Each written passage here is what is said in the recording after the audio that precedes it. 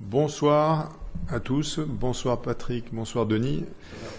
Je ne vais pas dire que je suis ému, mais presque un peu, parce que c'est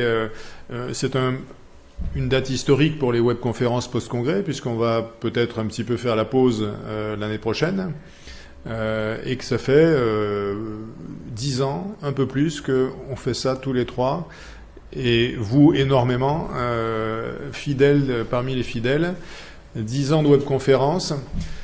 Vous allez assister à ce post-ASLD de Boston.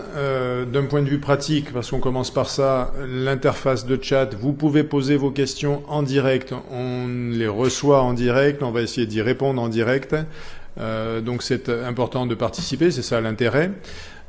Si vous avez un problème technique, pareil, vous pouvez utiliser le chat, mais également passer des coups de fil ou envoyer des mails. On va essayer d'être vigilant. Vous aurez la gentillesse de répondre à un questionnaire de satisfaction à la fin, parce que c'est vrai que ça nous permet de nous améliorer dans toutes nos activités web, et pour que ça colle le plus possible à ce que vous attendez comme service d'information. On a, pendant le congrès, fait comme d'habitude depuis 2 ou 3 ans des minutes vidéo qui étaient des brèves résumant ce qui nous a intéressés. Et c'est amusant parce qu'on va évidemment reparler de certains de ces travaux et pas d'autres non plus, mais c'est assez concordant. La date des prochains webstaff, on le rappelle, pour le prochain semestre, ce sont les dates que vous avez sous les yeux. Je vous rappelle que le webstaff, qui est la RCP hépatite C libérale dématérialisée, parce qu'il y a toutes les RCP de proximité que vous avez vous aussi. Mais là, c'est pour ceux qui sont un petit peu isolés et qui veulent éventuellement également profiter d'un avis collégial sur des dossiers d'hépato. Et puis ça, c'est les photos souvenirs que vient de nous donner Charles, toute l'équipe d'AEI, qu'on remercie une fois de plus, des webconférences passées. Vous voyez que on a quelquefois 10 ans de moins. Ça, c'était à une époque, ils avaient le brio d'arriver à faire des petits montages photos qui nous amusaient énormément. C'était voilà le dernier. Donc on est très fiers d'être grimés comme ça. Et puis finalement, on n'est pas là pour regarder ses souvenirs et se faire plaisir. On est là aussi pour travailler. Donc on a évidemment au cours de ce congrès entendu parler de tous les domaines de la spécialité. Et pour une fois, avec Denis, on a décidé de ne pas vous parler de virus directement. Donc on part soft et on part sur la cholestase. Denis. Bertrand, bonsoir à tous, chers amis, chers collègues. Et effectivement, là, on rentre dans le dur avec ce qui m'a paru être un grand message de la SCD, avec une étude simple, mais qui doit nous apporter des solutions dans nos cabinets de patients qui nous arrivent avec un prurite lié à une cholestase. C'est une étude randomisée du bézafibrate 400 mg qui est donnée, comme vous le savez, chez non-répondeurs à la UDC. Et dans les critères d'inclusion, c'était des cholangiopathie biliaire primitives, des cholangiopathie sclérosantes. Tous avaient un prurite supérieur à 5 sur une échelle visuelle analogique. Et le critère de jugement de ce travail qui a comparé le bézafibrate à un placebo était l'évolution du prurite et notamment une réduction supérieure à 50% du prurite après 3 semaines de traitement. Et on peut voir que sous bézafibrate, les deux groupes étaient d'environ 38 malades pour le bézafibrate et 36 malades pour le placebo. Et on voit que chez 45% des patients traités par bézafibrate, le prurite avait diminué de moitié par opposition à 11% des patients placebo de façon significative. Ainsi, le bézafibrate, médicament bien toléré, peut devenir un de nos médicaments du prurite lié à la cholestase. Et on voit sur cette deuxième diapo qu'à l'arrêt du bézafibrate, à 3 semaines, le prurite a repris avec une différence significative par rapport au placebo pour le traitement par le bézafibrate. Donc ça semble efficace et c'est un produit simple à retenir et qui peut nous rendre service. Est-ce que tu vas l'utiliser d'emblée ? Parce que sinon, les D'emblée, recommandations dans de la l'ESL, c'est cholestéramine, rifampicine. Cholestéramine, ça marche moyen. Rifampicine, on est toujours un peu méfiant. Ah, moi, je serais ravi de l'utiliser tout à fait d'emblée après cette étude, ce d'autant que ma première utilisation chez les malades atteints de cholangite biliaire primitive et qui répondaient pas a montré que le bézafibrate était dans l'ensemble très bien toléré. Et donc, pour moi, c'est un produit de première intention, simple, qui va nous rendre des services. Je pense que la rifampicine est plus toxique que le bézafibrate. Ben, probablement. Oui. Le bézafibrate, il faut faire attention aux reins. Et donc, Patrick, pardon, c'est Denis qui continue. Alors avant, juste, on va parler de taux des phosphates alcalines. J'ai appris finalement dans la cholangite biliaire primitive, depuis les travaux de non-réponse, à regarder essentiellement le taux des phosphatase alcalines comme facteur de réponse au traitement. Et dans cette énorme étude de Globe qui a fait plus de 3700 malades, il y avait 2709 malades en réponse complète atteints tous de cholangite biliaire primitive et 1066 malades en réponse incomplète. On voit que les patients qui étaient en réponse incomplète étaient moins âgés, plus souvent des femmes, des hommes plutôt, avaient un taux de bilirubine plus élevé, de phosphatase alcaline plus élevé, d'albumine plus bas et de plaquettes plus bas. Donc des malades plus graves en non-réponse.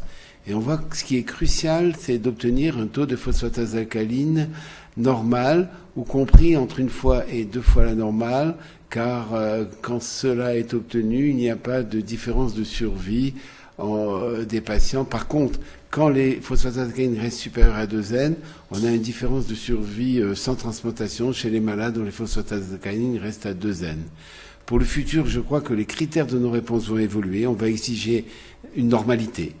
Et le message est que finalement, ce qui est très important dans le domaine du suivi d'une cholangite biliaire, c'est le taux de phosphatase alcaline, juste y compris les autres critères, mais tout faire pour avoir un taux de phosphatase alcaline normal, ou tout du moins compris entre 1 fois et 2 fois la normale. Et on a maintenant les moyens d'y arriver parce que Patrick va nous montrer.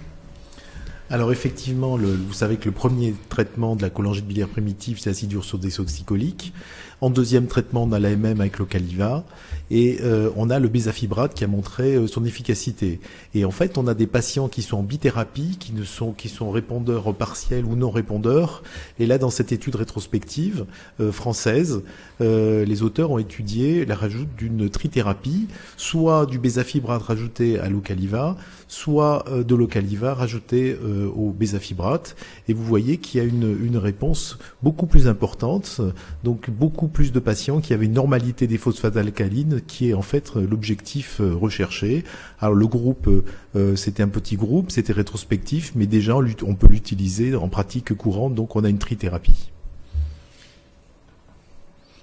Et quand on regarde cette différence entre la bithérapie et la trithérapie, vous voyez cette réponse est très claire, et on peut pas pour l'instant avec cette étude choisir une stratégie. Dans quel sens est-ce qu'on met l'Ocaliva en deuxième position? Est-ce qu'on met le bézafibrate en deuxième position avant la trithérapie? En fait, on peut simplement rechercher au niveau des coûts ou au niveau du prurit, mais on n'a pas d'études qui permettent de répondre à cette question. On peut simplement rappeler que l'Ocaliva a une AMM pour cette indication, voilà. Le bézafibrate, on va dire pas encore, et que l'ordre dans lequel on utilise, effectivement, sera également à déterminer. Oui, il faudrait une étude prospective qui n'existe pas pour l'instant. Alors toujours dans la cholestase, une étude très importante, c'est une étude prospective, multicentrique, internationale, avec comme premier auteur Olivier Chazouillère. Donc là, c'est une étude intermédiaire sur 450 patients qui avaient une cholangite sclérosante primitive.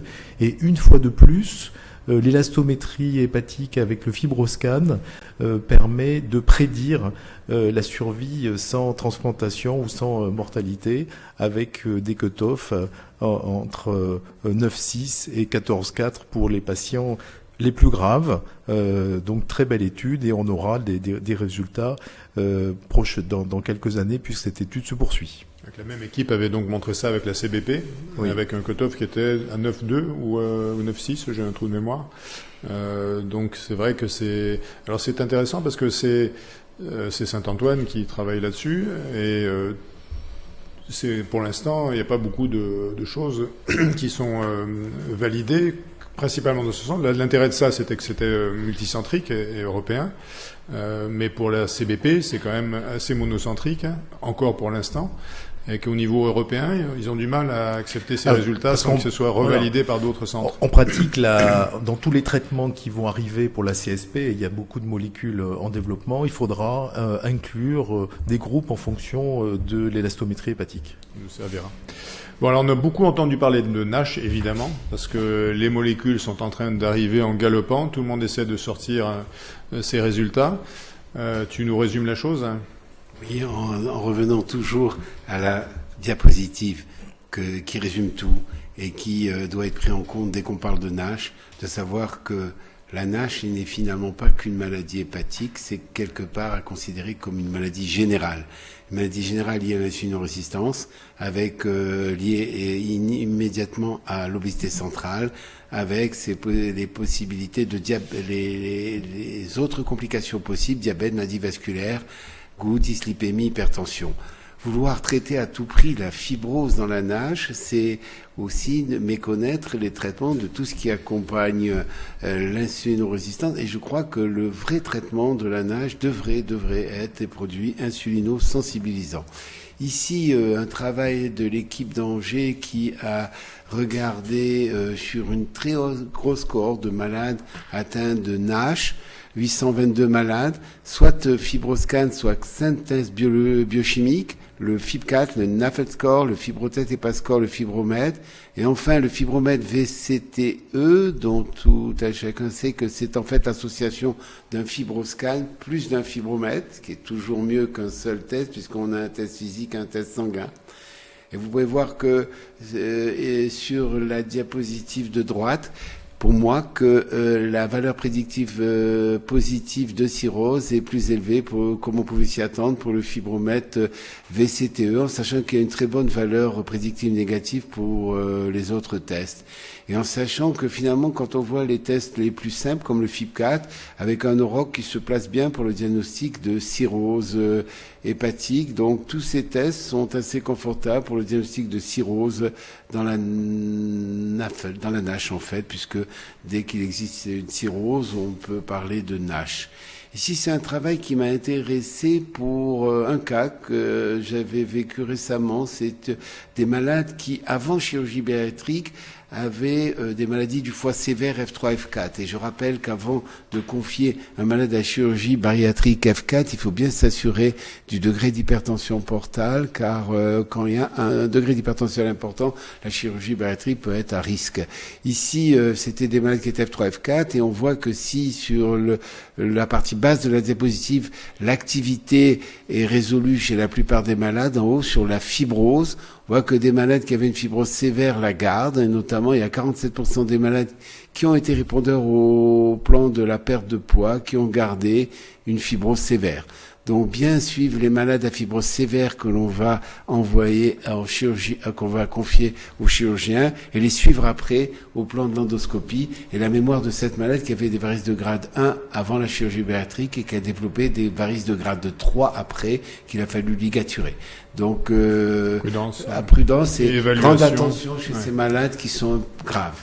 Alors on est beaucoup à penser que avant la chirurgie bariatrique, il faudrait qu'il y ait une évaluation de l'activité hépatique, de l'état du foie, savoir s'il y a de la fibrose, et je pense qu'on va solliciter la FEF et l'HAS. C'est le CNP qui s'en occupera, je pense, dans les mois qui viennent, pour qu'il y ait une obligation d'avoir une évaluation hépatique avant qu'il y ait une chirurgie bariatrique. Je pense que c'est important. Il y a beaucoup d'études qui sont sorties aux États-Unis sur la chirurgie bariatrique chez des patients qui ont une cirrhose avancée, et on voit les résultats qui sont assez catastrophiques quand il y a des cirrhoses décompensées. Donc je pense que c'est important. Je pense dans le futur, on a un bilan systématique en cas de chirurgie bariatrique, une consultation psychiatrique, et il faudrait qu'il y ait une consultation des pathos ou alors un moyen d'évaluer l'état du foie simple à déterminer avec l'HS. Mais Patrick, une réflexion, les hépatologues ont tendance à envoyer à la chirurgie bariatrique, je crois, les malades les plus sévères. On voit des malades en chirurgie bariatrique dans d'autres situations beaucoup moins sévères, avec bien sûr des évaluations hépatiques. Mais la réflexion que j'ai, c'est que le malade et l'hépatologue va être confronté à des malades souvent en fibrose sévère, et c'est les malades les plus sévères qui n'arrivent pas à maigrir, qui va envoyer à... Donc, moi, j'ai une grande prudence pour les malades à fibrose sévère. Moi, j'ai l'impression qu'il y a... Aussi pour l'indication, je non pense qu'il y a seulement un ça, moment... et puis les risques de la chirurgie, puisque l'équipe de Lille a tendance à faire de la prise de pression avant d'envoyer un patient à la chirurgie bariatrique, juste y compris le contre-indiquer s'il y avait un gradient de pression trop important. Donc, une précaution. Je pense qu'il faut absolument qu'on détermine quand on doit le faire et quand on ne doit pas le faire. Je pense que ça, il y a du reste un PHRC qui est en cours. Donc pour ça. Alors la base du traitement de la NASH, on rappellera cette diapositive dans toutes nos réunions. La première chose, c'est la perte de poids, et cette diapo qui date de 2015 de Villard-Gomez, très belle étude où il y a eu des biopsies avant et des biopsies après. Toutes les patients avaient un régime hypocalorique pauvre en graisse, avaient une activité physique. Et les patients qui avaient une perte de poids de 10% avaient dans 90% une régression complète de la NASH. Ils avaient une amélioration quand il y avait une perte de poids entre 5 et 7%, 7 et 10%. Mais en fait, je pense que l'objectif, on est tous d'accord, c'est arriver à une perte de poids de 10%. Et malheureusement, tous les patients n'arrivent pas à cette perte de poids de 10%. Et les patients qui n'arrivent pas à perdre du poids, malgré le coaching qui doit être, je pense, important, il nous faudra des traitements. Et donc les traitements vont arriver. Là, vous avez quatre molécules qui ont été en phase 3. Et en fait, il n'y en a qu'une seule qui va se poursuivre en monothérapie, puisque les autres vont être testés associés à d'autres molécules. C'est l'acide obéticolique. Donc dans l'essai Regenerate, qui est un agoniste du FXR, normalement aux États-Unis il devrait y avoir l'équivalent de l'autorisation de mise sur le marché qui devrait arriver en février-mars. Donc ça sera la première molécule qui a une autorisation au niveau de la NASH, et on espère avoir une ATU en France rapidement. Donc, ils ont publié récemment et remontré à la SLD ce travail. Alors ce travail, la SLD, en fait, c'est la suite du travail qui avait été montré à l'ESL. Je vous rappelle le travail donc de l'acide obéticolique dans la NASH. Ça a été étendu aux patients qui avaient une fibrose F1, puisque pour l'instant on n'avait que les résultats des patients F2, F3. Donc 3 bras, le placebo, 10 mg d'Ocaliva une fois par jour, 25 mg d'Ocaliva. Et là, en fait, on a une étude intermédiaire, c'est une biopsie à 18 mois. Et les critères d'évaluation principaux étaient l'amélioration de la fibrose supérieure à ou égale à 1, sans aggravation de la NASH, soit une résolution de la NASH sans aggravation de la fibrose. C'est des critères qui avaient été déterminés par la FDA. Quand on regarde les patients qui ont une amélioration d'au moins 1 point de fibrose sans aggravation de la NASH, vous voyez que le 25 mg est beaucoup plus efficace, même si c'est significatif au niveau du 10 mg. Et la résolution de la NASH, vous avez seul l'Ocaliva 25 mg chez près de 15% des patients, donc supérieur au placebo de manière significative, qui permet de résoudre la NASH, avec des effets secondaires. Près de 50% des patients avaient un prurite qui s'améliore avec le temps. Je vous rappelle qu'il y a une augmentation du LDL, et dans cette étude, vous aviez 10% des patients qui étaient sous placebo qui ont eu un traitement par anticholestérolémiant, et 25% chez les patients qui étaient sous Ocaliva. Patrick, ça reste quand même modeste. 15% résolution de nage sans aggravation de la fibrose dans le groupe traité 25 mg.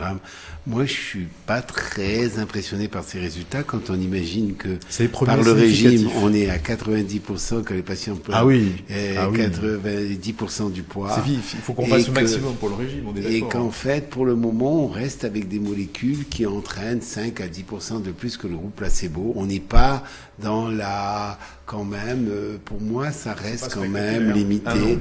Et que je crois qu'il faut pas encore l'hépatite C, l'insulinorésistance. Ici, pour argumenter l'insulinorésistance, c'est des médicaments insulinosensibilisants. On avait vu le liraglutide, on avait vu le sémaglutide l'année dernière qui avait l'intérêt de faire maigrir. Et là, on voit un médicament un peu analogue qui est un agoniste des récepteurs GLP-1 et du glucagon, un double agoniste, qui s'appelle le cotaglutide, qui est donné ici dans cette étude à différentes doses par rapport au placebo. Et l'indication, en fait, c'est des NASH avec diabète et avec un IMC supérieur à 25. Donc ici, on voit l'évolution des transaminases qui est fonction de la dose et avec une diminution qui apparaît comme significative avec le produit. Et peut-être là, l'effet le plus important, et moi je suis toujours impressionné dès qu'il y a un effet sur le poids, et d'ailleurs tous les patients atteints d'âge comme au régime nous demandent, mais docteur, il n'y a pas un petit traitement qui pourrait me faire maigrir? Il n'y a pas quelque chose qui... Et la réponse est toujours non, mais il est vrai que là, on voit qu'à la dose de 300 microgrammes, une perte de poids qui est de moins 5%, qui me paraît complètement bien en même temps que l'hémoglobine glyquée. Alors c'est vrai que depuis le sémaglutide proposé, moi j'ai tendance à proposer aux diabétiques et qu'on fait leurs patients atteints de NASH de les mettre sous sémaglutide. On voit des pertes de poids. Et je crois que là, c'est un point important du traitement de la NASH que de pouvoir obtenir chez ces malades une perte pondérale et peut-être alors là une action à la fois sur le diabète, pour les malades diabétiques bien évidemment, sur la NASH, sur le poids. Ça me paraît peut-être une voie d'approche prometteuse. Là, dans cette étude, il y a le liraglutide qui est déjà commercialisé pour le diabète. Qui fait moins, certes, mais moins, comme on peut le voir. Mais qui fait maigrir quand même. Il faut garder le Victoza. En sachant que la tolérance de ces produits est parfois pas parfaite. Et il y a aussi quand même une contrainte, que pas revenir en arrière, c'est quand même pour ce produit une injection quotidienne. Donc sous-cutanée quotidienne, là aussi c'est une contrainte importante. Il faudrait imaginer des produits soit oraux, soit avec une seule injection par semaine, comme le liraglutide. Avant de passer à la fibrose, une question. La posologie de bézafibrate pour le prurite. C'est celle qui a été utilisée dans la 400 mg, 2 fois 200 mg ou comprimé à 400 mg. C'est la posologie utilisée dans la chirurgie biliaire primitive qui ne répond pas au traitement. Enfin, qui ne répond pas, qui est en hyporéponse au traitement par la UDC. Voilà. L'autre question, c'était est-ce que c'est la même dose que pour la CBP? Oui. Très bien. Je suis sûr que tu vas nous présenter des résultats intéressants sur la fibrose. En fait, tu as fait un beau travail quand même. Moi, j'ai été impressionné. C'est à partir de ce travail qui a été présenté à l'ASLD de l'année 2017 par le FibroScan réalisé chez environ 1000 patients d'un centre de soins primaires en Californie, de montrer que 17% des patients avaient un score de fibrose significative. Et quand j'ai vu ce travail, je me suis dit que le FibroScan n'était pas applicable en France en médecine générale eu égard à la structure française de médecine générale par rapport aux États-Unis, et qu'il fallait penser, et ça a été retrouvé encore de Birmingham, à faire le même travail mais avec des tests non invasifs, simples, peu coûteux, utilisables pour tout le monde.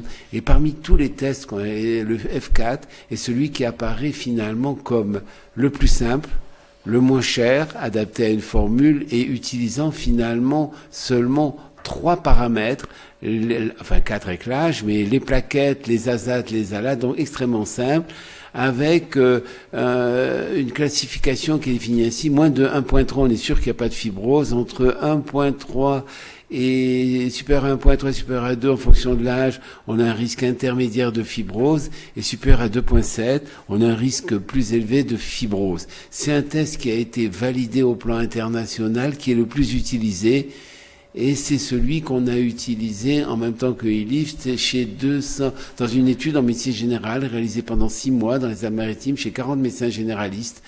chez 2121 consultants en médecine générale sans maladie hépatique connue. Donc, ils consultaient le MG. Alors, dans cette population, j'ai pas pu tout présenter ici, il y avait 54% des sujets qui étaient en surpoids.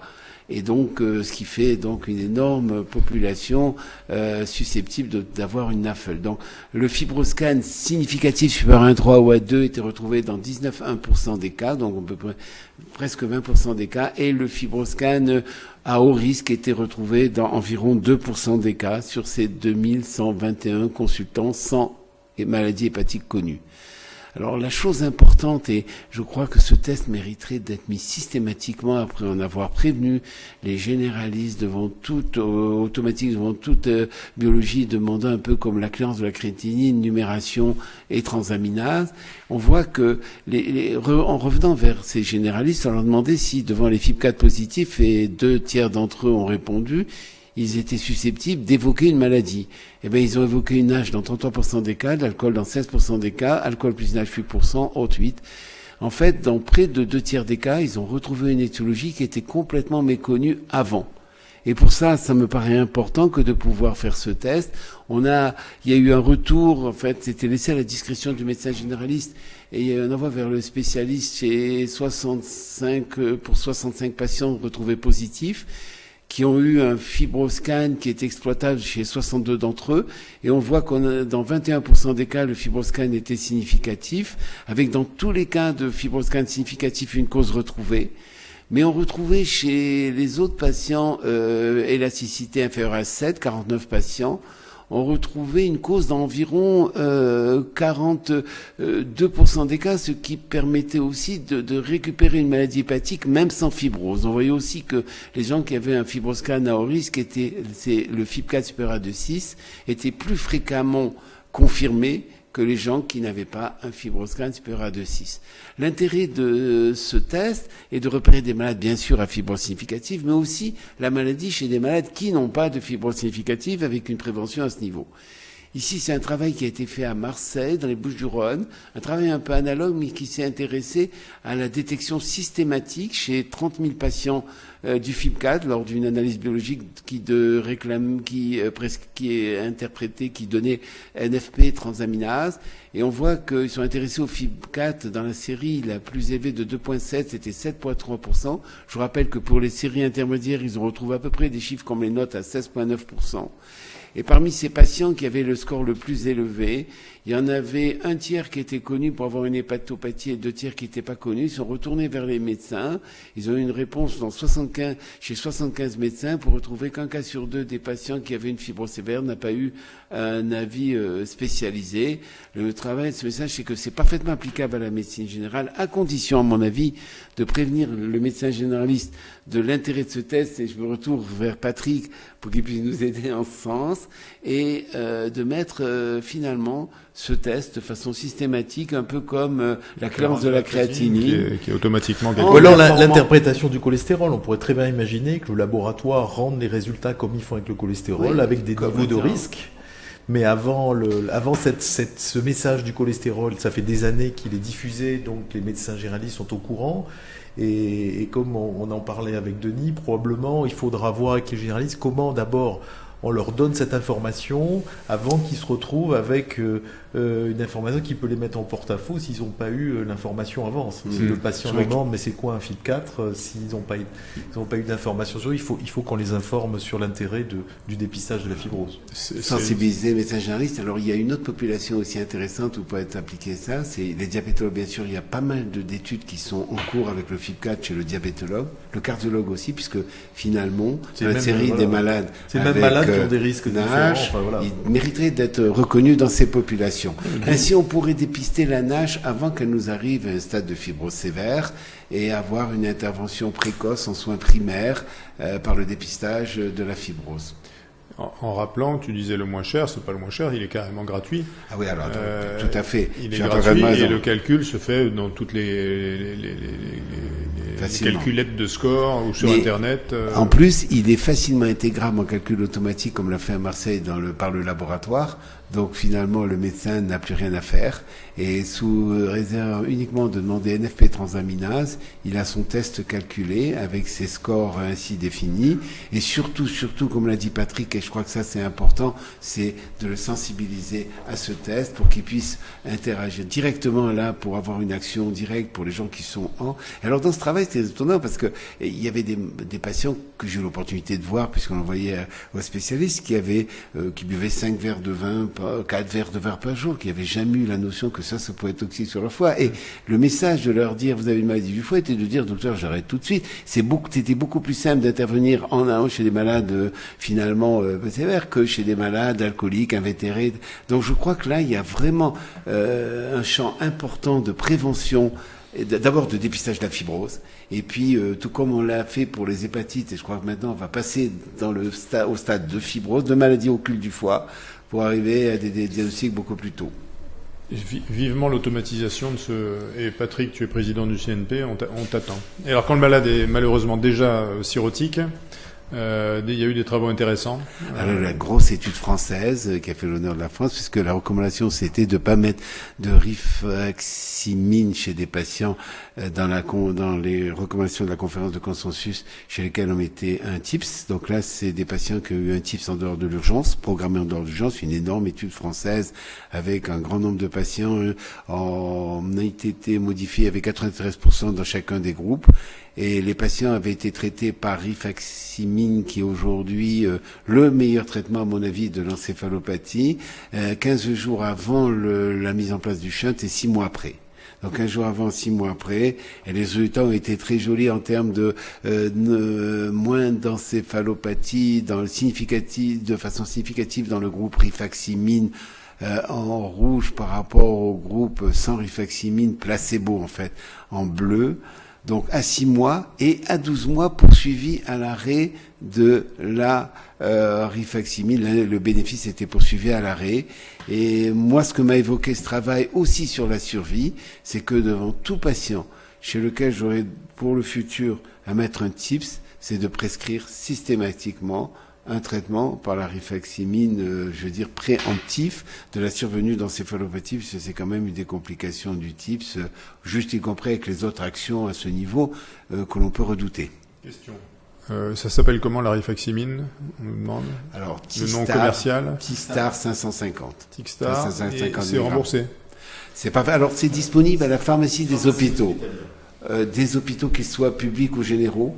Pas les cliniques, à condition d'avoir une ordonnance, mais ce n'est pas en pharmacie de ville, ce qui est un peu dommage pour un produit anodin, peu coûteux, simple, utile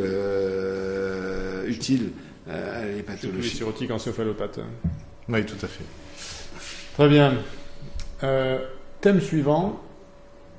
L'hémorragie digestive. L'hypertension portale. Donc le carvedilol, qui est le Credex, doit être à mon avis le bêta-bloquant qui est prescrit dans l'hypertension portale, puisque c'est lui qui a la meilleure efficacité de tous les bêta-bloquants que l'on utilise. Alors là, c'était une étude indienne très bien menée, prospective, avec 3 bras. C'était des patients qui avaient une cirrhose Child B ou Child C, donc des patients avec un risque, une hépatopathie avancée et des risques importants de rupture de varices œsophagiennes. Donc 3 bras, carvedilol contre ligature de varices œsophagiennes et l'association des deux en prévention primaire des patients qui n'avaient jamais saigné.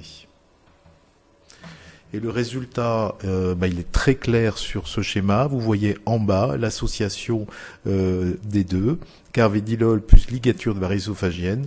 Vous avez 12% des patients qui ont eu une rupture de varices œsophagiennes au bout de 12 mois par rapport à une trentaine de pourcents pour les traitements en monothérapie. Donc les patients graves, Child B et Child C, qui ont un risque de varices œsophagiennes.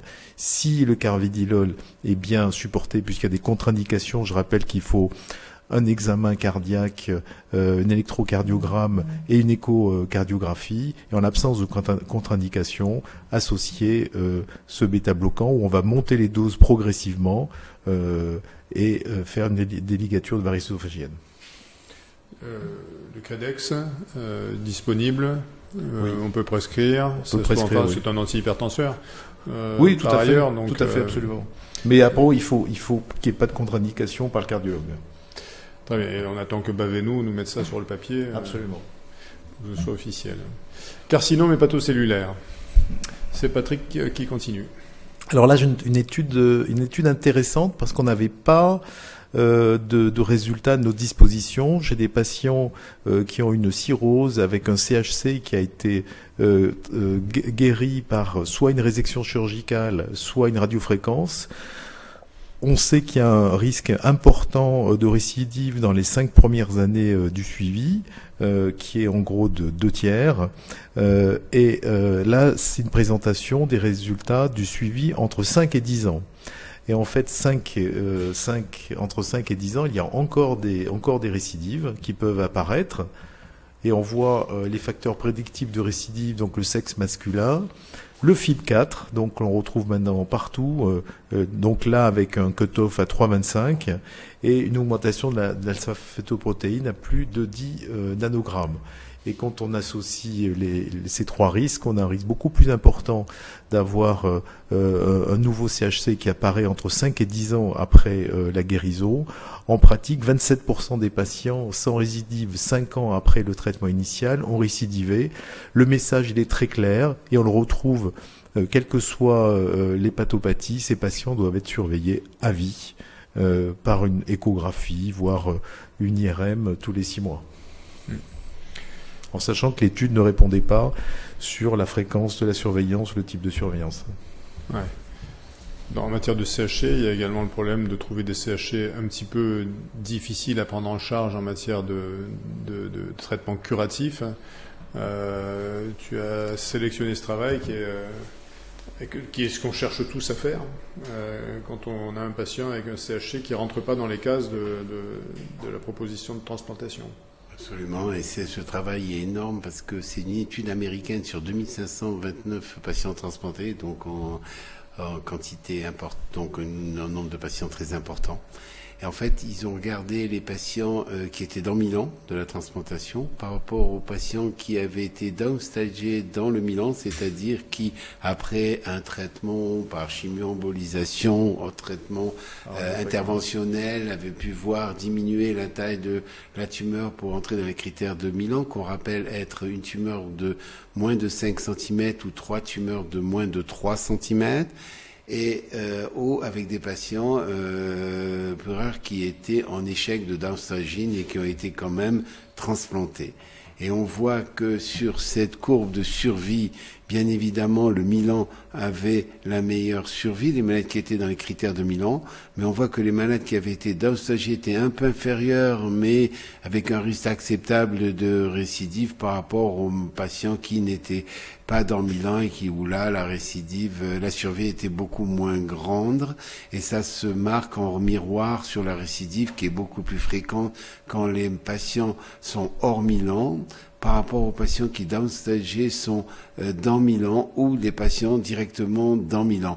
Donc le but de la manip après une chimio-embolisation, après le traitement, c'est bien de regarder ce qui se passe en termes de volume tumoral, et pour les malades jeunes en bon état général qui retournent aux critères de Milan, pensez à une indication de transplantation qui peut éventuellement être curatrice, et c'est ce que nous montre ce travail, de pas baisser les bras chez des malades qui ont des tumeurs volumineuses ou plusieurs tumeuses, puisqu'on a des radiologues interventionnels maintenant de plus en plus actifs, performants, et on peut arriver à des résultats intéressants. Il ne faut pas rater le moment de la transplantation. Et nous faire des bons comptes rendus pour que justement on repasse le malade en RCP. Et même si après indication de transplantation, il faut continuer la chimio-embolisation pour garder ces patients dans les critères, autant que faire se peut. Dans cette étude, je ne vais pas reparler de l'AFP, mais il y a en France, l'élévation de l'AFP est une contre-indication à greffe en plus de 100. Donc là, bien sûr, des malades AFP basse ou normale le plus souvent, avec un downstaging dans Milan qui peut être intéressant pour la transplantation. Alors, je vais terminer par l'immunothérapie parce qu'on avait un grand espoir dans ce traitement chez les malades pour lesquels il y avait plus grand chose à faire, les malades avancés. Le traitement palliatif. Mais en traitement palliatif. Mais il y a eu clairement 2 études que je présenterai pas ici qui ont été publiées de savoir que ce soit le nivolumab ou le pembrolizumab contre Nexavar, pas d'efficacité supplémentaire au Nexavar. Donc en monothérapie, l'immunothérapie n'a pas un grand avenir. Néanmoins, là aujourd'hui, le message pourrait être de la bithérapie, puisque c'est a été déjà montré supérieur à la monothérapie dans d'autres cancers, mélanome, cancer du poumon, cancer du rein. Et cette étude CheckMate 040 a testé différentes doses d'une association nivolumab anti-PD-1 à ipilimumab anti-CL4 à des doses et des durées un petit peu différentes. Et les critères d'évaluation, c'est la toxicité et la progression tumorale. Dans ce travail, on voit que le traitement a pu être poursuivi chez environ la moitié des malades de chaque série. Et les raisons d'arrêt, c'était la progression tumorale, la toxicité qui est comme supposé, pas négligeable et plus importante quand il y a 2 molécules qu'une seule.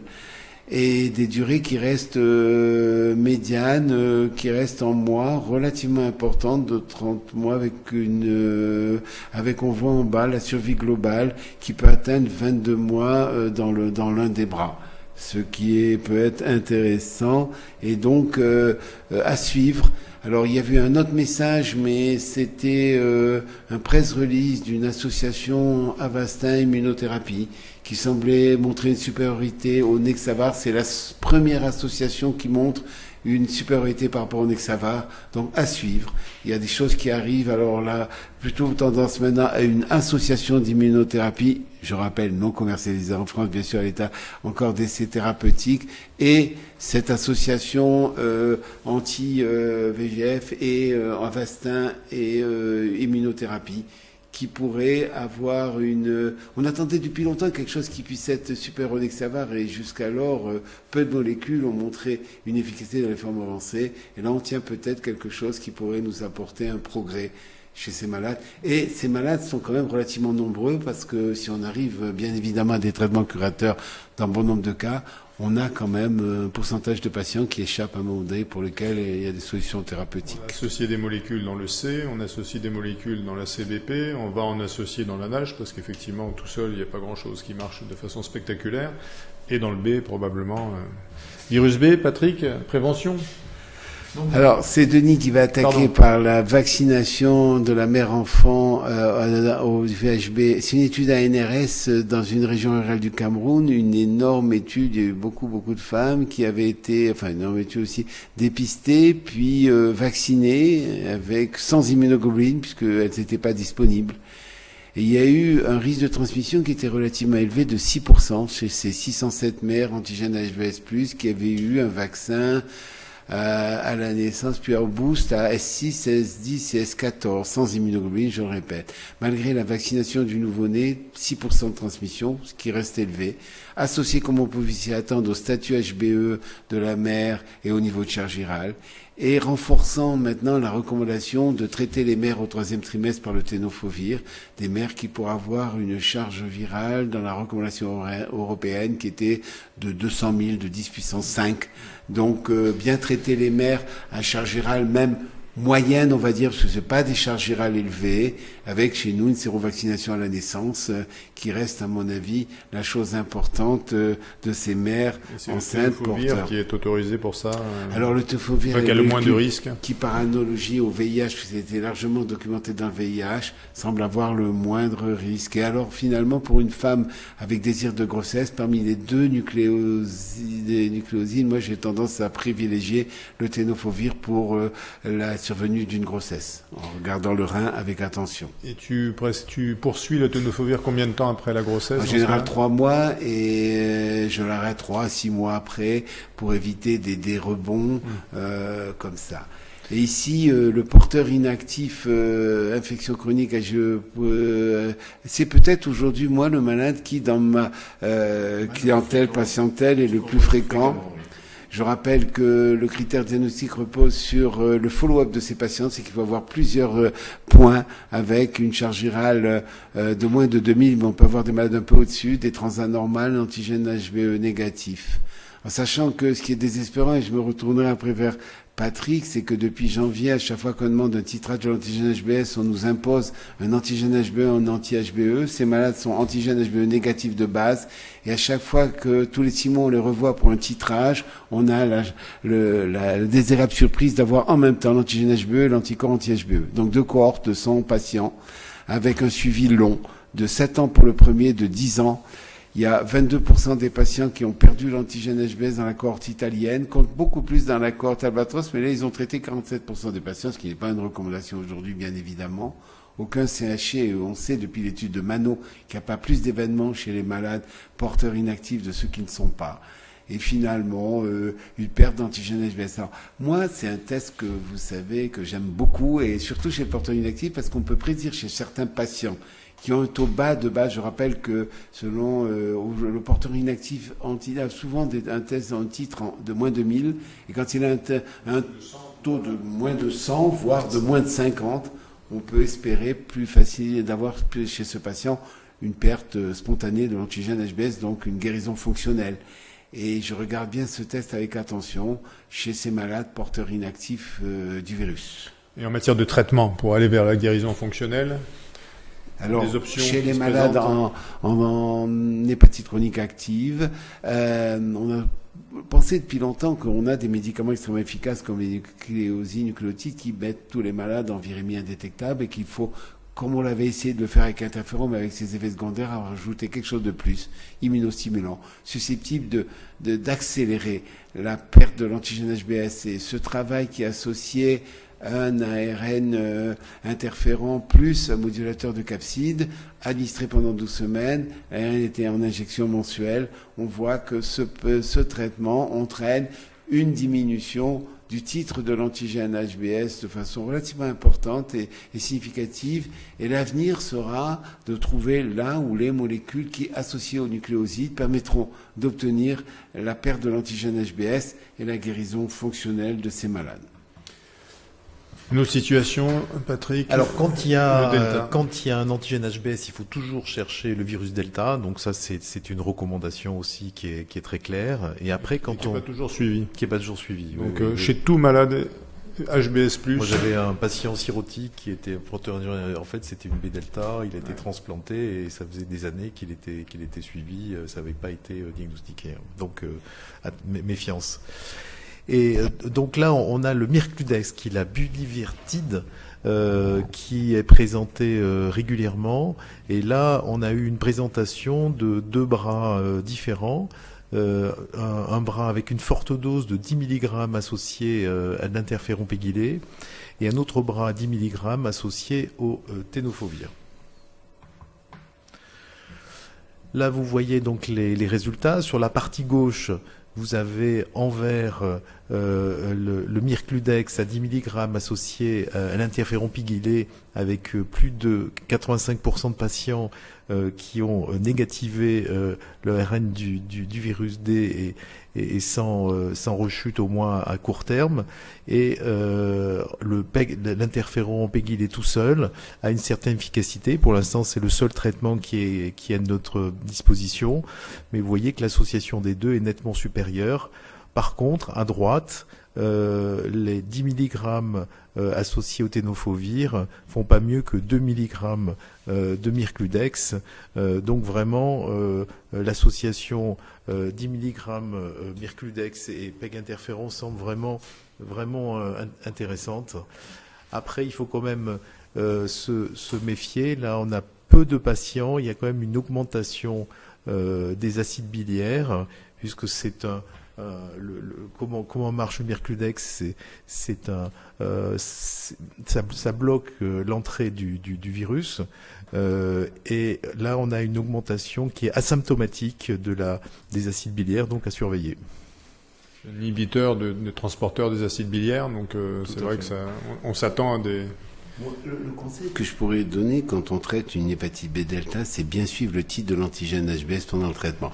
L'ARN du VHD est difficile à obtenir et récemment j'ai eu 2 résultats complètement contradictoires pour une malade chez lequel j'ai demandé un ARN maintenant dans des laboratoires qui faisaient cette recherche. C'est une recherche compliquée qui n'est validée que par le centre de référence de Bobigny pour l'ARN delta, un peu compliqué. La charge virale, tu veux La dire charge virale delta. Ah bon? Vous avez du mal à l'obtenir? Non, ça va, l'obtenir non, oui, c'est fait mais chez une malade donnée, à 2 laboratoires différents, des grands laboratoires, l'un m'avait donné 2 millions d'unités et l'autre une charge virale indétectable. Je suis retourné vers ces laboratoires pour leur demander de faire une enquête. Ils ont fait l'enquête et dans un dosage, le dosage a été fonction du génotype et n'arrivait pas à qualifier le génotype. Il y a eu une enquête qui a été faite par le centre de référence il y a quelques années sur des laboratoires qui faisaient cet ARN delta qui était un peu un ARN maison entre guillemets. Et il y avait des résultats qui étaient extrêmement différents en fonction des sites qui faisaient ce test. Donc c'est quand même un test qui est compliqué à... D'abord, il faut que ce soit le même laboratoire et il faut bien s'assurer à standardiser. Et donc nous, on avait publié un travail dans lequel on montre que la cinétique d'antigène HBS au cours du delta traité par interféron n'est pas la même que le sujet traité en B simple par interféron et que quand on suit des malades de delta, il faut bien s'accrocher au titre de l'antigène HBS et quand on le voit diminuer, continuer le traitement jusqu'à atteindre l'annulation. On a eu ainsi publié un travail qu'on avait présenté ici, dans Géophépatol. On avait traité un certain nombre de malades jusqu'à l'annulation de l'antigène HBS et la durée d'interféron était fonction de l'acquisition d'un antigène HBS indétectable. Dans tous les cas, s'il y a vraiment un intérêt à titrer l'antigène HBS, c'est le malade qu'on traite à l'interféron et notamment le delta. D'ailleurs, même l'interféron qu'on donne plus chez le malade d'antigène HBE+, il y avait une place de l'interféron parce qu'il y a une cinétique particulière et si on voit baisser, diminuer, annuler là, on peut être sûr que le traitement est efficace. Moi, ce que je crois dans tout ça, c'est qu'à chaque fois pour le delta, on a préconisé 1 an dans toutes les maladies, même là. Mais 1 an, c'était un peu arbitraire, hein. On a donné 1 an pour tous les malades. Qui aurait dû être pour 1 an. Et dans le même esprit, j'ai vu là, Boston, ce que j'ai pas raconté dans la baie, plusieurs protocoles où, dans le même esprit, on a traité en add-on, comme on l'avait fait, nucléoside puis interféron, chez les malades qui avaient annulé, mais toujours donné 1 an. Et donc la stratégie, c'est donner une durée. Même si le taux d'antigène HBS diminuait de façon significative. Et quand j'ai posé la question aux auteurs, la réponse était le protocole. C'est ce que tu as dit. Donc il y a peut-être une place pour de la médecine dite de précision, de la médecine dite individuelle, de la médecine dite sur ce fameux titrage de l'antigène HBS qui malheureusement aujourd'hui, à chaque fois qu'on le donne, est assorti à antigène HBE, anti-HBE, on espère pendant. Alors il faut rajouter que le Mirculudex, il y a une ATU nominative depuis fin 2018 et que vous pouvez très bien l'obtenir en adressant le dossier à l'agence du médicament. Moi, ce qui m'inquiète juste sur le Mirculudex, c'est que c'est une injection quotidienne. 1 an, interféron sous-cutané. Alors, on est sorti du sous-cutané, on est sorti de l'interféron, certes, mais on est sorti de tout ce qui était notre carcan qui a duré 20 ans, 25 ans, d'injection qui est déjà un peu compliqué, tolérance moyenne pour faire à la fois du quotidien. Là, on rentre dans un monde qu'on avait un peu oublié. Enfin, pour l'instant, on a que ça. Hein. Mais et donc, au bout d'1 an, si l'ARN est négatif, les critères qui te font arrêter l'interféron ou le poursuivre, c'est l'antigène HBS. Absolument. Hein? Mais bien évidemment, alors moi, quand je traite un malade en B-delta, j'ai pas accès à l'ARN où il y a très peu de temps et je me méfie de la reproductibilité de ce test, mais je teste essentiellement sur l'antiquantification, qu'un test plus simple. Et d'ailleurs, dans le travail qu'on a fait, on avait corrélé ça parfaitement avec l'ARN du VHD fait à Bobigny. Donc c'est clair que c'est compliqué l'ARN delta. C'est pas un test reproductible entre les laboratoires aujourd'hui, ça va l'être demain peut-être, mais il faut, à mon avis, le conseil que j'aurais donné aux collègues, c'est de bien regarder le titrage de l'antigène HBS qui reste quelque chose d'extrêmement simple. Et dernière question qui est posée, comment est-ce qu'on dépiste en pratique la présence du delta quand on a une infection B? Vous demandez l'anticorps? Oui, on demande l'antidelta. Voilà, de façon systématique. Genre, on ne peut pas, même avec dans des profils de porteurs inactifs, tout malade vu une première fois pour un antigène HBS positif doit avoir, à mon avis, une fois dans sa vie un antidelta. En sachant que le delta, c'est un des malades qui ont des transats très peu élevés, une charge virale très faible. Il y a quand même un tableau qui peut évoquer le delta, souvent avec des hépatopathies sévères d'emblée, des malades qui ont souvent plus grave que des cirrhoses fixées d'emblée, mais qui restent lentement évolutives. Eh bien, on ne peut pas terminer sans parler du virus C. Et on revient à nos premiers amours. qu'on n'a pas quitté du reste.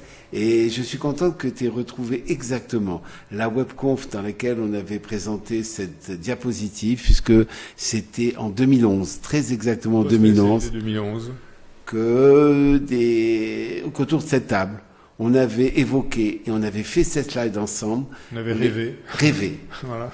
Les traitements du futur. On avait rêvé, oui.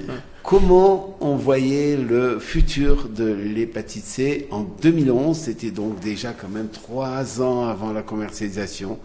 Et on avait pensé à l'époque qu'il nous fallait des schémas simples, des durées courtes, un médicament actif sur tous les génotypes, le tout oral, alors c'était le tout oral en premier, bien toléré, très efficace, c'est sur les non-répondeurs, les cirrhotiques, surtout ces cirrhotiques, on avait beaucoup de mal avec interféron, et une prise par jour avec peu de comprimés. Et une prise par jour, ça c'était l'oral. Et on avait présenté cette slide, on était à peu près sûr que ça allait arriver, mais bon, on l'avait présenté quand même, c'était... Et je crois qu'on s'est pas trop trompé, je sais pas si vous pensez, on s'est pas trompé. 3 ans après, et on peut même regarder finalement ce qu'on a fait en France depuis... Voilà, maintenant on a des résultats sur le nombre de patients qui ont été traités. En fait, comment on peut avoir ces chiffres? Maintenant, l'assurance maladie ouvre un petit peu toutes ces statistiques. Il y a des données énormes au niveau des serveurs de l'assurance maladie. Donc, on passe par le SNIRAM. Enfin, il y a une méthodologie. Et là, vous voyez donc le nombre de patients traités par année. Donc là, entre janvier 2015 et décembre 2018, plus de 60 000 patients traités. Il y a un petit pic en 2017, puisque c'était la généralisation du traitement à tous les patients. Et on voit quand même qu'il y a une majorité de patients traités qui ont plus de 35 ans. Le parcours simplifié que vous connaissez, qui est dorénavant disponible pour les médecins généralistes, puisqu'ils peuvent prescrire un traitement contre l'hépatite C. Le moment que le patient n'a pas de comorbidité et pas de fibrose. Et il y a 2 traitements pangénotypiques, l'Epclusa et le Mavyret. On peut tout à fait ne pas rechercher le génotype. Donc la détermination du génotype est dorénavant optionnelle. Et qu'est-ce qu'on a comme possibilité chez les patients non sidérotiques tout génotype? Donc on a le Mavyret 8 semaines et l'Epclusa 12 semaines. Et les patients cirrhotiques tout génotype, pour le Mavyret, donc chez les cirrhotiques non décompensés, 12 semaines, donc Child A, et l'Epclusa tout cirrhotique, même en cas de décompensation, 12 semaines. Et n'oubliez pas, comme d'habitude, de rechercher les interactions médicamenteuses. Mais ça a changé pour le cirrhotique. Voilà, mais ça a des changements pour le cirrhotique maintenant, avec le Mavyret que va nous présenter Denis.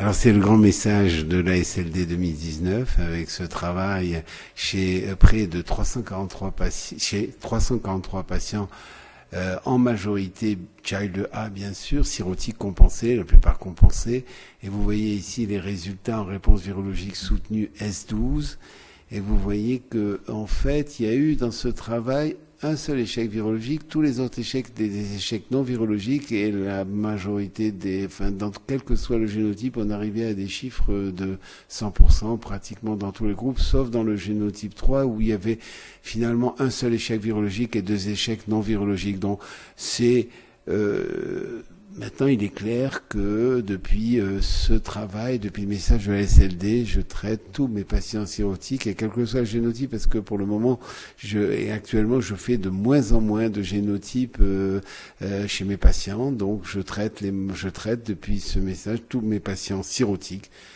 Quand j'utilise le Mavyret, c'est Mavyret 8 semaines chez le cirrhotique. Alors, c'est plus simple, c'est 8 semaines chez le cirrhotique et le non cirrhotique. Donc ça, c'est déjà, et c'est aujourd'hui le traitement le plus court qu'on puisse donner, ce qui peut être intéressant chez certains sujets, par exemple usagers de drogue, et ici, ou anciens usagers de drogue. Alors la tolérance, on n'y insiste pas, elle est bonne pour tous les médicaments, et depuis le début, on a vraiment des médicaments bien tolérés, avec des effets secondaires légers, non différents dans les études contrôlées des essais du groupe placebo. Moi, ce que je dis à mes patients pour les rassurer, c'est qu'il y a eu autant d'effets dans le groupe que dans les groupes placebo, dans le groupe traité placebo, et qu'en fait, c'est des médicaments extrêmement bien tolérés. Et au fil, on avance dans le temps, on peut vraiment confirmer cette tolérance. Ceux qui ont eu l'interféron, ils sont même surpris. Hein. Ah, ça, c'est le jour et la nuit. Et surtout aussi, moi, il y a non seulement la tolérance, mais la durée. On a traité des malades 1 an et demi, et là, on arrive à des durées de 2 mois. C'est quelque chose d'extrême. Alors ça, c'est la cohorte allemande en vie réelle qui a utilisé aussi le traitement label de 12 semaines du malade cirrhotique et l'off-label le 8 semaines et chez des malades G3. Et on voit qu'aussi chez le malade G3, la réponse, elle est très bonne et c'est une molécule qui, chez le malade cirrhotique, est parfaitement efficace à 8 semaines. Que ce soit malade non cirrhotique, 8 semaines pour tous. C'est un message simple que l'on voudrait faire passer ce jour. C'est simplifié. 8 semaines pour tous les patients, cirrhotiques, non cirrhotiques. Non, par le Maviret, 12 semaines par Epclusa. Child A, quand même. Child A. Alors, parce qu'il y a une antiprotéase. Malade non décompensé. Et j'avoue que maintenant, on a de moins en moins des malades en situation de cirrhose décompensée. Le plus souvent, c'est des malades pas trop sévères. On a quelques malades cirrhotiques, ça devient de plus en plus rare et on est confronté vraiment à des malades que l'on va dire à forme histologique minime. Alors quand si jamais on a quelques échecs, on a ce qu'il faut aussi. Reste la triplette et j'avoue que j'ai traité moi les 15 malades qui étaient en échec par cette molécule, quelle que soit l'association de molécules données, quelle que soit l'association. Et j'ai eu 14 guérisons sur 15. J'ai eu un seul échec que j'ai récupéré par une autre association, sauf Maviret, ça fait qu'à ce jour. Dans la casuistique des 600 malades que j'ai traités depuis l'avènement des AAD, je n'ai plus aucune rechute documentée. Tous les malades ont eu une réponse virologique. J'ai eu quelques perdus de vue, bien évidemment. J'ai eu des malades qui sont décédés de CHC ou de cirrhose décompensée, mais je n'ai aucune rechute, aucun échec virologique à ce jour. Et finalement, tu réponds à la question, est-ce qu'il faut encore faire parfois des résistances, des recherches de résistance? Ah ça, clairement, j'aurais répondu non il y a longtemps, mais je réponds encore non de façon violente aujourd'hui. D'abord parce que c'est un test extrêmement compliqué que ne font qu'un seul laboratoire en France, qui est le laboratoire de référence. Je vois que c'est le laboratoire de Pavlovski et Créteil, Chevalier et Pavlovski, qui est le centre de référence 2.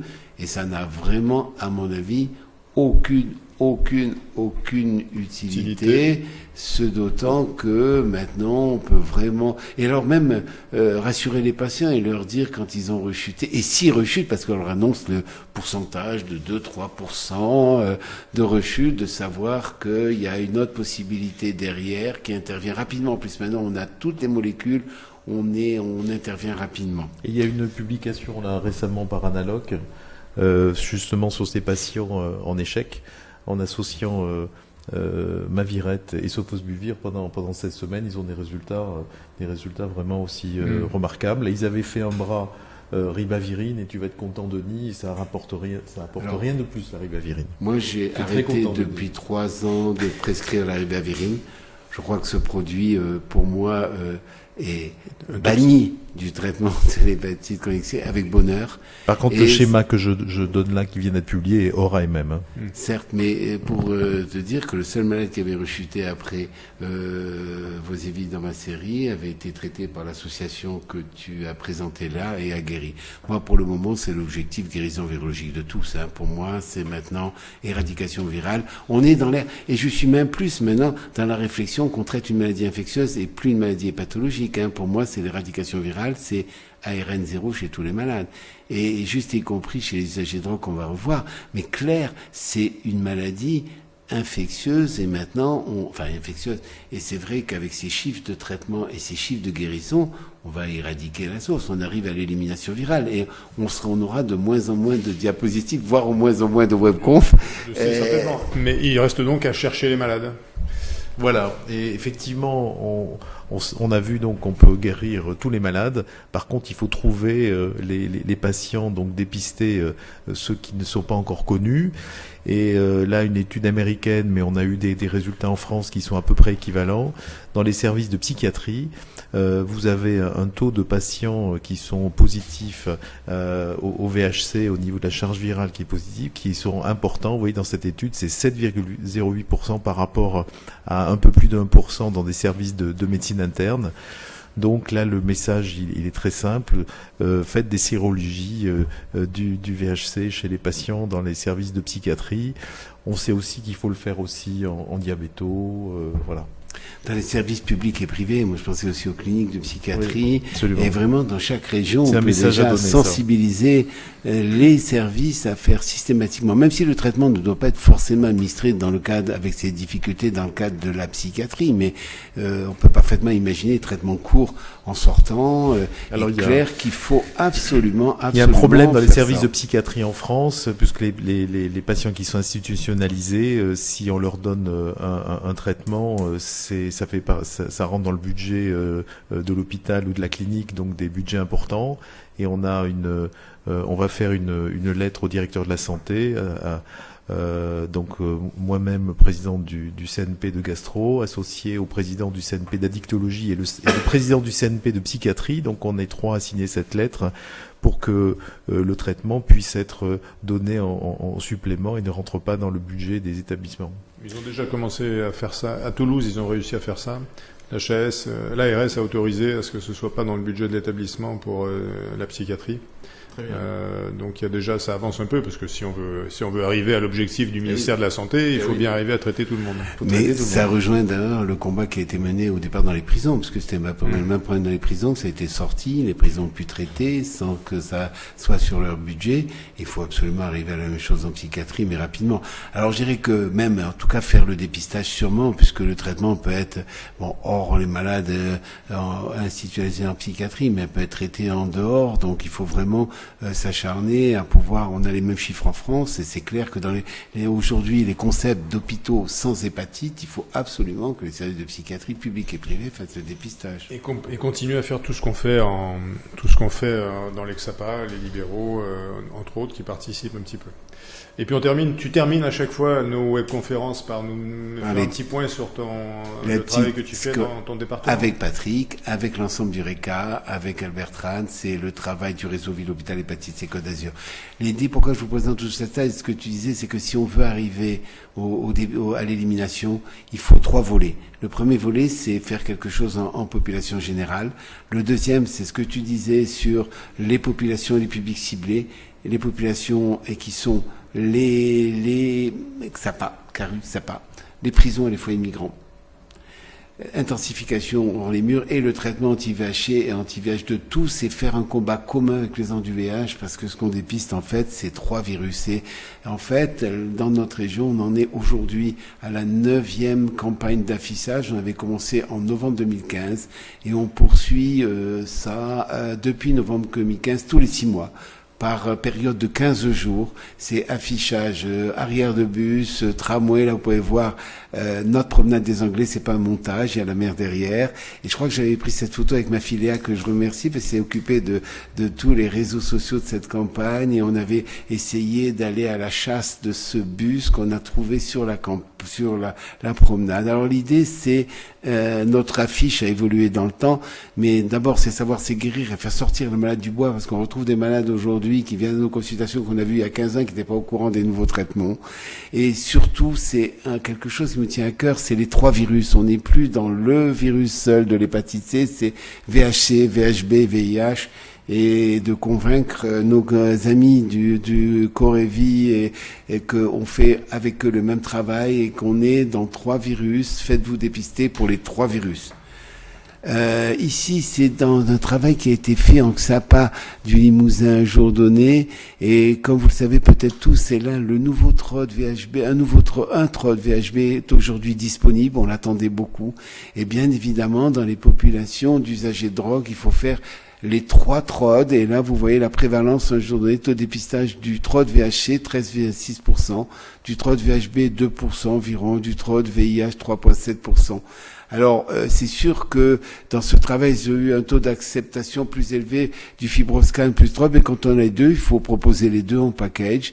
Et ils ont un taux élevé de malades dépistés VHC, et ils ont proposé dans ce travail et d'aller aussi dans Sexapa avec la machine qu'on va voir un peu plus loin, si c'est la diapo, c'est ce que j'appelle maintenant l'arme fatale anti-VHC au niveau des carus d'Exapa. C'est la capacité de faire dans la foulée, en une journée, d'abord un trot de VHC, puis après, par le GeneXpert, c'est une forme de, entre guillemets, de trot d'ARN qui permet en 1 heure d'avoir l'ARN du VHC. Donc c'est un trot d'ARN.